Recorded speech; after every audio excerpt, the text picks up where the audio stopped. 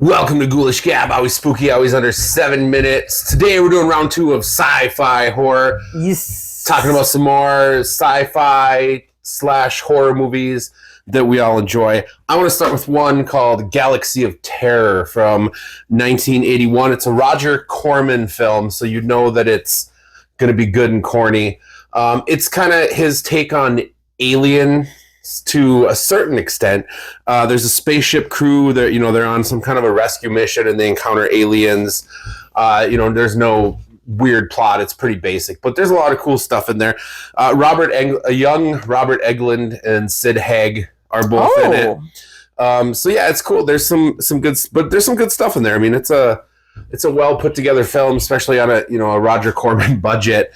And James Cameron was the art director on that. That was one of his first things before he went on to make crappy movies like Titanic and whatever else. So, I mean, he really screwed up the trajectory of his career. He could have still been working on good movies. Yeah, he could have just been kept with this. With this sort of thing. And also the original version was rated X, not because it was a porno, but back then, if you had too much weird stuff or violence, you could get that sort of a rating. But then when they did the edit, I guess they've lost the original cut now, so that's kind of sad. But anyway, whatever version you find is wonderful, and you should check it out if you enjoy alien knockoff type movies. Okay. I'm going to go a little bit of a different direction, and I'm going to go with 1998's Dark City. I know, I've seen that. So it's stars Jennifer Connelly and Rufus Sewell, and it's got kind of this film noir style vibe. Yep. And I know there's this scene, because Jennifer Connelly, in my opinion, can do no wrong in movies. Absolutely. Like there's this one, and Kiefer Sutherland's in it as well. Yeah, I was going to say. But there's this one scene where she's they're doing the very classic film noir, she's singing and crooning in a dark, smoky bar. But yeah, so this guy with amnesia is a murder suspect, and he's trying to figure out his identity and clear his name, but he has no clue what's going on. And he's chased by the police and this other group called the Strangers. What's weird to me is it was a box office bomb, but it immediately had positive reviews. And it's got this kind of cult following. I rewatched it not that long ago. It totally still holds up. It's good. I have to rewatch that. It's been so many years. I know I have a copy of that laying around somewhere. It's one of those movies where I let my payment for Netflix lapse back when you still could get the discs, and I just kept the disc. Oops. Oopsie. Second one, I'm going to go with Under the Skin from 2013. Scarlett Johansson was in it. So, I mean, it had some traction, but it's a slow burn. It's a stylish looking movie. And, she's this mysterious woman. There's something weird going on with her. And she's picking up men and seducing them for feeding purposes, let's just say. And she kind of, her story starts to unfold. And she is learning things about herself, too, because she doesn't know what's going on all the time either. So it's a nice looking movie. Probably a lot of mixed reviews, but it's if you want kind of a slow burn sci-fi horror-ish type thing, check that one out. All right, 2007's Sunshine. So this is a British sci-fi action horror film. Directed by Danny Boyle, my boy Danny Boyle, starring Cillian Murphy and Chris Evans. And actually, it's got a pretty star-studded cast. It's got a large cast. Those were just the two that caught my eye when it first came out. Year's 2057.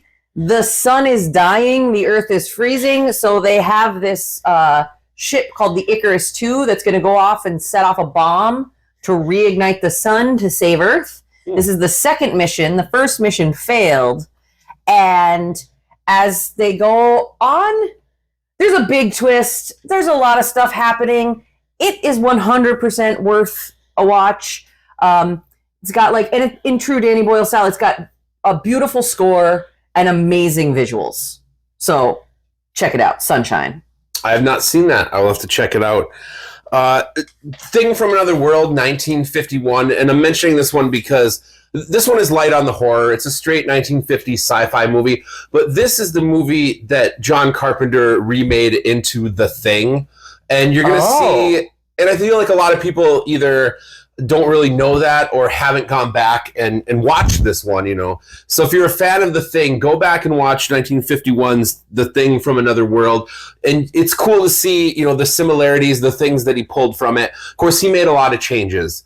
But it's cool to see, you know, the differences and the similarities. And it's a solid 50s sci-fi flick. So if you are into that sort of thing, you're in the mood for, you know, good black and white, old school sci-fi flick, and you haven't seen that, definitely give that one at least one chance.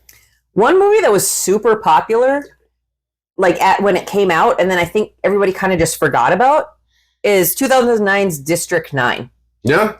Fucking prawns.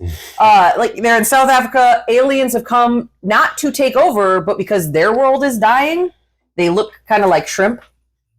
Hence the fucking prawns thing. And a lot of wackiness ensues. Most of you have probably seen it, but I say give it a rewatch because for 2009, it's aged pretty well. I'll have to rewatch that.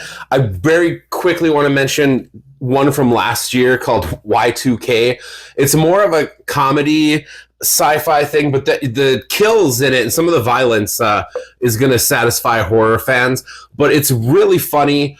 And if you were around during the Y2K scare and the craze where everyone thought the computers were going to shut off or go wild and everything was going to be lost. I was in a legit panic as a child. Yeah, I think a lot of people were. So this will, you'll have fun with that. And there's a lot of Fred Durst in that movie too, which is crazy. It's a really funny movie though, so definitely check that one out as well. We're out of time. Thank you for watching. Let us know if you've seen any of those, and let us know about some of your other favorite sci-fi horror flicks, and go back and watch the other episode where we talked about this. Okay, bye.